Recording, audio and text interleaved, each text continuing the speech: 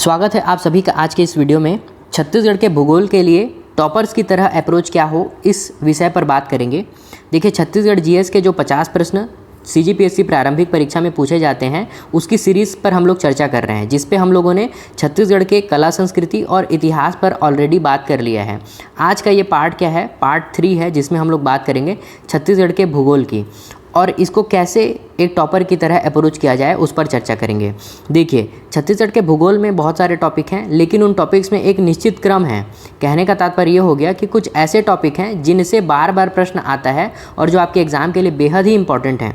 अगर आप उन 10-12 टॉपिक्स में क्या करोगे, एक क्रम निर्धारित कर दोगे कि मैं तो इसी सीक्वेंस में पढ़ूंगा, तो क्या होगा, आपको अधिकतम फायदा होगा एग्जाम में। आपको फैक्ट एकदम अच्छे से याद आ जाएंगे एग्जाम के दौरान, और क्या करेंगे, आप क्वेश्चन को सही बनाने के स्थिति में रहेंगे। तो वही मैं आपको इस वीडियो के माध्यम से बताऊंगा कि भूगोल के ऐसे कौन कौन से टॉपिक हैं जिनसे बार बार प्रश्न आता है।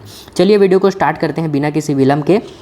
देखते हैं सीजीपीएससी की प्री परीक्षा में जो भूगोल है वहाँ से कितने कितने प्रश्न पूछे गए हैं। तो आप पाएंगे कि 10 से 11 प्रश्नों का एक औसत जो है वो निर्धारित कर सकते हैं हम लोग। इतने प्रश्न तो आते ही हैं।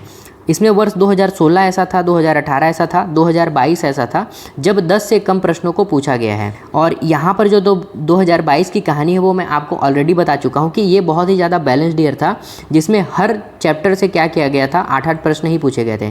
कहने का तात्पर्य हो गया, चैप्टर नहीं बोलना चाहिए, भाग बोलना चाहिए। सीजी कल्चर से 8 प्रश्न, छत्तीसगढ़ के इतिहास से 8 प्रश्न, छत्तीसगढ़ के भूगोल से 8 प्रश्न, उसी प्रकार भारत के भूगोल से 8 प्रश्न, भारत के इतिहास से 8 प्रश्न, ऐसा ही पूछा गया था 2022 में। लेकिन हम लोग देखेंगे विगत 2 वर्षों का, तो 10 से 12 प्रश्नों का क्या है, एवरेज रहा है। 2025 का जो प्रीलिम्स होगा उसमें भी हम लोग ये एक्सपेक्ट कर सकते हैं कि लगभग 10 से 12 प्रश्न ही पूछे जाएंगे भूगोल भाग से। चलिए देखते हैं, ये हो गया प्रश्नों की एक औसत संख्या जो हम लोग प्रेडिक्ट कर सकते हैं, अनुमान लगा सकते हैं। अब देख लेते हैं कौन कौन से टॉपिक से क्वेश्चन आते हैं। इसके लिए हम लोग रेफरेंस के तौर पर सीजीपीएससी की प्रारंभिक परीक्षा को ही आधार बनाएंगे और वहाँ से टॉपिक को उठाते जाएंगे। देखिए, यहाँ पर थीम को देखिएगा आप लोग। थीम कहने का अर्थ हो गया टॉपिक, कहाँ कहाँ से प्रश्न पूछा जा रहा है। तो यहाँ पर देखिए, अपवाह तंत्र से एक क्वेश्चन आया है, ठीक है। ये PDF में आपको दे दूंगा, तो आप प्रश्नों को तो पढ़ ही सकते हैं एकदम विस्तार से। अभी बस केवल थीम पे ध्यान दीजिएगा। फिर उसी प्रकार देखिए, उद्योग चैप्टर से प्रश्न आया है, जिसमें औद्योगिक केंद्र का जो स्थल है वो पूछा गया था। फिर ऊर्जा संसाधन से संबंधित प्रश्न आया है, जिसमें एनटीपीसी कोरबा की स्थापना किसके सहायता से की गई थी, ये पूछा गया था। यहाँ पर ध्यान दीजिएगा, PYQ को एनालाइज करने का एक और फ़ायदा ये होता है कि इन्होंने यहाँ पर दिया है कि 1982-83 में एनटीपीसी कोरबा की स्थापना हुई है। तो आगे किसी एग्ज़ाम में क्या पूछा जा सकता है, एनटीपीसी कोरबा की स्थापना कब हुई थी, तो उसका आंसर आपको देना है 1982-83, ये ध्यान रखिएगा। फिर उसी प्रकार देखिए, एक प्रश्न आया है, धान का झुलसा रोग। चूँकि क्या है, धान राज्य की प्रमुख फसल है और उसमें किसी प्रकार का रोग लग जा रहा है, वो क्या है, हमारे लिए इंपॉर्टेंट है। तो कृषि चैप्टर से क्वेश्चन बनता है ये। फिर उसके बाद कंठी देउल मंदिर, पर्यटन चैप्टर से क्वेश्चन है। फिर महानदी बेसिन का सबसे गर्म क्षेत्र, तो तापमान चैप्टर से क्वेश्चन है। फिर सामत सरना, तो ये भी पर्यटन चैप्टर से क्वेश्चन है, ध्यान रखिएगा। फिर इंदिरा गांधी कृषि विश्वविद्यालय रायपुर द्वारा विकसित गेहूं की उन्नत किस्म निम्न में से कौन सी नहीं है। तो दिए गए विकल्पों से क्या हो रहा था, इंदिरा सोना सही बैठ रहा था, बाकी तीनों तो क्या है, गेहूं की किस्में हैं। तो ध्यान रखिएगा, धान और गेहूं ये 2 ऐसी फसल हैं जिनकी प्रमुख किस्म जो राज्य में उगाई जाती हैं, उनको आपको एग्जाम के लिए प्रिपेयर कर लेना है। ये कभी कभी आता है और ये आपको कहाँ मिल जाएगा, इकोनॉमिक सर्वे में दिया रहता है। तो वहाँ से आपको क्या करना है, इसको रेडी कर लेना है।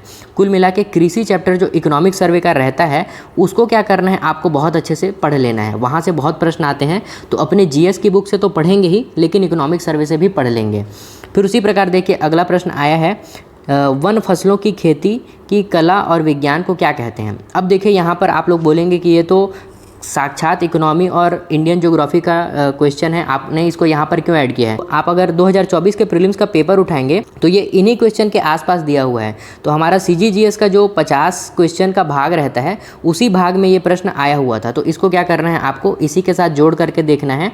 और ये कुल मिला के कृषि टॉपिक से क्या हो गया, ये क्वेश्चन आया था, ये आपको ध्यान रखना है, ठीक है। फिर उसके बाद देखिए, अगला है, किस मिट्टी का पीएच मान सबसे कम होता है। तो दिए गए विकल्पों में क्या बैठ रहा था, भांटा मिट्टी सही बैठ रहा था।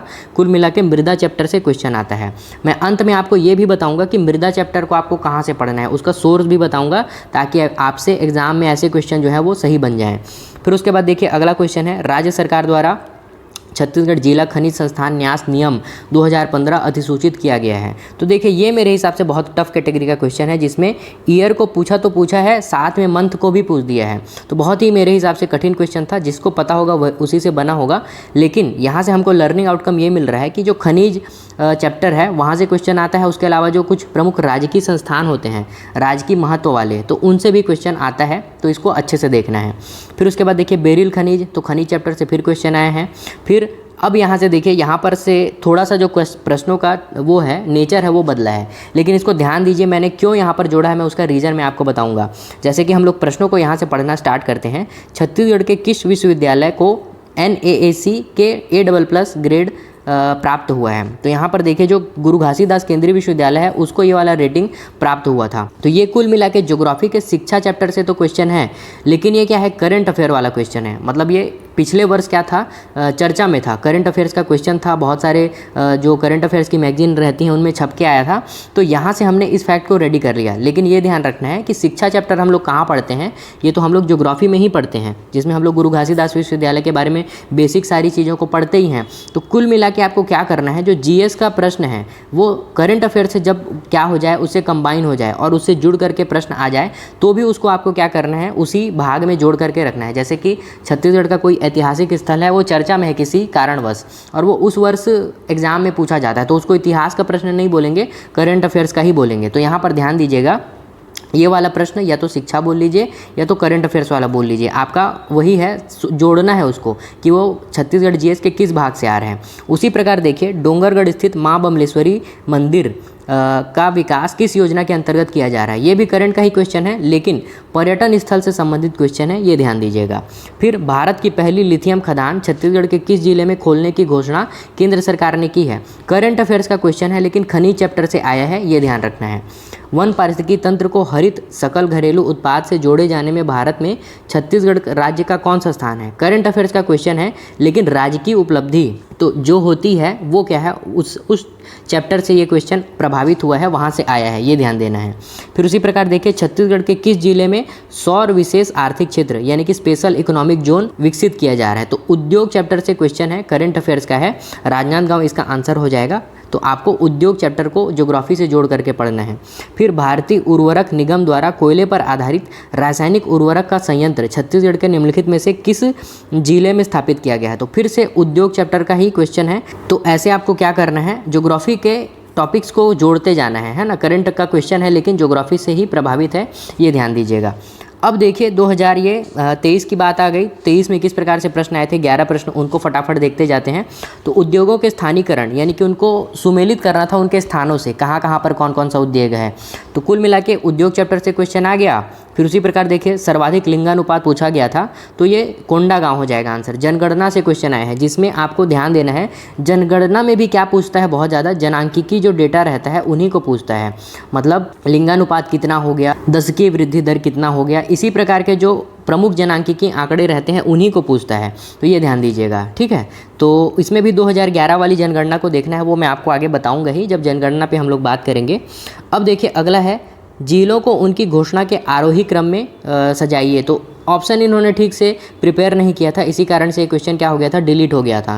तो ध्यान दीजिएगा, जो भौगोलिक सीमा रहती है जिसमें आपका कि जिलों की भौगोलिक सीमा से संबंधित क्वेश्चन आएगा। राज्य के चारों ओर कौन कौन से सीमावर्ती राज्य हैं, वो सारे चीज़ों को आपको अच्छे से देखना है भौगोलिक सीमा के अंतर्गत। भौगोलिक सीमा में अक्षांश देशांतर भी आपको ठीक से देखना है। फिर भौगोलिक सीमा में कोई मानक समय रेखा राज्य से जा रही है तो उसको भी देखना है। तो ये सारी चीज़ें आपको पढ़नी है भौगोलिक सीमा चैप्टर में। Software technology park of India का सेंटर कहाँ पे है, तो भिलाई हो जाएगा। कुल मिला के उद्योग चैप्टर का ये क्वेश्चन है। अब देखिए जो ऐसे प्रमुख औद्योगिक पार्क वगैरह रहते हैं वो उद्योग से ही जोड़कर देखे जाएंगे, तो उसी चैप्टर से क्वेश्चन आए हैं। खनिजों को उनके प्राप्ति स्थल से सुमिलित कीजिए, तो खनिज चैप्टर से क्वेश्चन। फिर किस वृक्ष से लाख प्राप्त नहीं होता है, तो पारिजात हो जाएगा दिए गए विकल्पों में। बाकी तीनों से क्या होता है, लाख प्राप्त होता है। तो लाख उद्योग क्या है, लघु उद्योग है, तो इसी कारण से उद्योग चैप्टर से ही क्वेश्चन। छत्तीसगढ़ में भूतापीय ऊर्जा संयंत्र किस जिले में प्रस्तावित है? ऊर्जा संसाधन से क्वेश्चन। क्षेत्रफल की दृष्टि से सबसे छोटा जिला, डिलीटेड हो गया। भौगोलिक सीमा से संबंधित प्रश्न है। फिर उसके बाद देखिए कौन सी अक्षांश रेखा छत्तीसगढ़ से गुजरती है? भौगोलिक सीमा। छत्तीसगढ़ राज्य कितने राज्यों को छूता है? भौगोलिक सीमा। फिर उसके बाद देखिए गोदावरी सबरी नदियों का जल ग्रहण क्षेत्र किस भौतिक विभाग में है? तो अपवाह तंत्र, अपवाह प्रणाली से संबंधित क्वेश्चन है। गोदावरी सबरी नदियों के बारे में पूछा है, ठीक है। फिर उसके बाद देखिए अगला है बस्तर की कांगेर घाटी में कौन सा जलप्रपात नहीं है? तो खुरसेल दिए गए विकल्पों में सही बैठ रहा था। जलप्रपात जो है वो अपवाह प्रणाली का ही क्या है, एक सब पार्ट है, उसी से जुड़ा हुआ है, क्योंकि देखिए नदी में ही क्या रहेगा, जलप्रपात रहेगा, तो ये क्या हो जाएगा, वहाँ से जोड़ करके इसको पढ़ेंगे। फिर सीता नदी क्षेत्र में किस वृक्ष की बहुलता पाई जाती है? तो वन संसाधन से संबंधित क्वेश्चन आए हैं। फिर जनगणना से संबंधित क्वेश्चन है, PDF से पढ़ लीजिएगा क्या क्वेश्चन आया था। फिर उसके उसी प्रकार देखिए ऊर्जा संसाधन, खनिज संसाधन, पर्यटन, फिर अपवाह तंत्र, भौगोलिक सीमा। तो ऐसे करके क्या हो रहा है, इन टॉपिक से क्या हुआ है, क्वेश्चन आए हैं।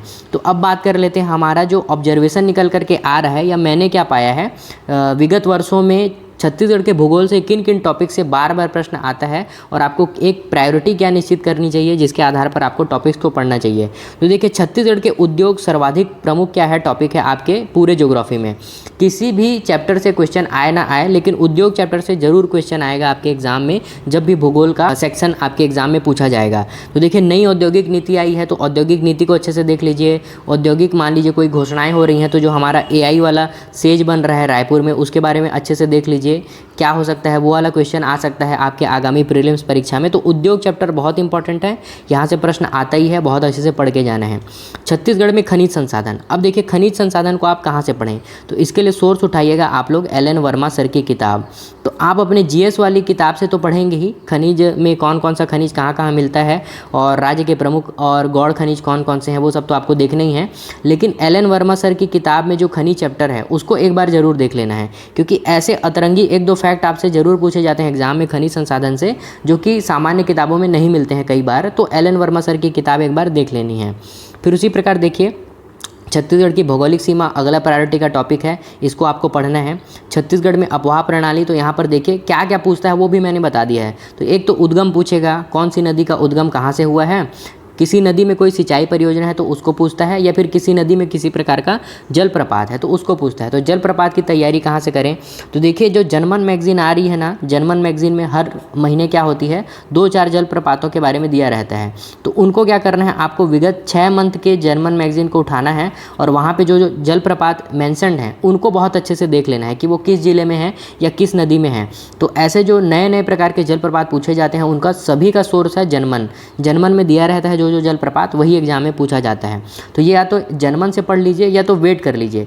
अंत में जब आएगी करंट अफेयर्स वाली मैगजीन BK नायक सर की आती है, तो वहाँ पर आपको क्या होगा, ये सारे इंपॉर्टेंट जलप्रपात क्या होंगे, एक जगह इकट्ठा होकर के मिल जाएंगे। तो या तो BK नायक सर की मैगजीन से या अर्जुना की मैगजीन से क्या करेंगे, ये जलप्रपात को रेडी कर लेंगे, ठीक है। तो ये आपका मैंने बता दिया जलप्रपात कहाँ से पढ़ना है। फिर छत्तीसगढ़ में कृषि मैंने बताया आपको, GS के अलावा इकोनॉमिक सर्वे से भी पढ़ना है।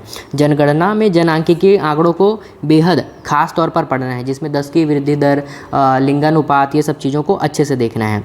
छत्तीसगढ़ के पर्यटन स्थल, तो देखिए इसमें पर्यटन स्थलों को तो करना ही है जो GS वाली बुक में आप पढ़ते हो। साथ के साथ आपको क्या करना है, करंट अफेयर्स में जो चर्चित स्थल वाला चैप्टर रहता है इसको बहुत एकदम स्टार लगा के आपको क्या करना है, पढ़ लेना है, क्योंकि यहाँ से 1-2 प्रश्न आपके एग्जाम में डेफिनेटली आएंगे। जैसे कि मधेश्वर पहाड़ वाला क्वेश्चन आया था, तो वो क्या था, वो करंट वाला क्वेश्चन था, लेकिन वो ज्योग्राफी से क्या था, वो प्रभावित था, ऐसे करके क्वेश्चन आ गया था। फिर देखिए जो मृदा चैप्टर है, तापमान चैप्टर और जलवायु चैप्टर है, इसको भी आपको LN वर्मा सर की किताब से एक बार देख लेना है। तो यहाँ से क्या होगा, अगर कोई भी क्वेश्चन आएगा वो आपके GS वाली बुक और LN वर्मा सर की किताब, इतने को देख लेंगे तो यहाँ से क्वेश्चन आपका कभी भी गलत नहीं होने वाला है।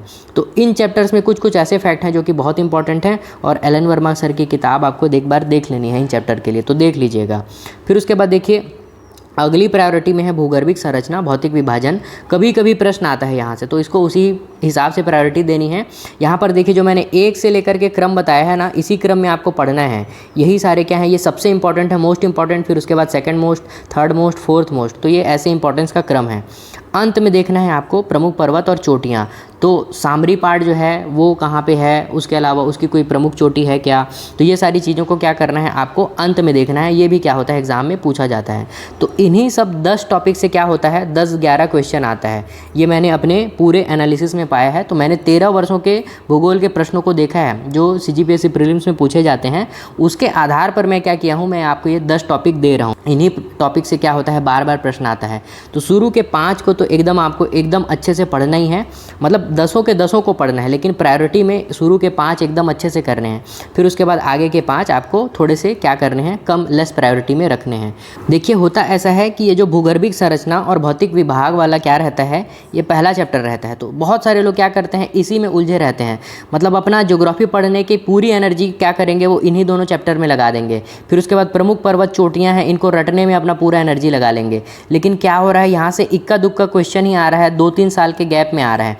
लेकिन शुरू के जो 5 टॉपिक हैं इनसे तो हर वर्ष क्वेश्चन आ रहा है। तो मेरा जो उद्देश्य है आपको क्या करना, आपके दिमाग को और आपकी एनर्जी को सही डायरेक्शन में लगाना, यही मेरा उद्देश्य है। इसको अगर आप क्या करोगे इसी क्रम में पढ़ने लग जाओगे भूगोल को, तब आपसे क्या होगा, आपसे एग्ज़ाम में क्वेश्चन कभी भी गलत नहीं होगा, आपसे एकदम सटीक जो है वो क्वेश्चन बनने लगेगा। तो मेरा प्रयास यही है कि आप सब्जेक्ट को पढ़ें लेकिन सही तरीके से पढ़ें। तो चलिए उम्मीद करता हूँ कि मैं छत्तीसगढ़ के भूगोल को थोड़ा सा आपके लिए सिंप्लीफाई कर पाया हूँगा और एक सही रास्ता आपको दिखा पाया हूँगा। तो उम्मीद करता हूँ आपको वीडियो पसंद आया होगा। पढ़ते रहिए, अपना ख्याल रखिए। आपसे मिलता हूँ मैं अगले वीडियो में। धन्यवाद।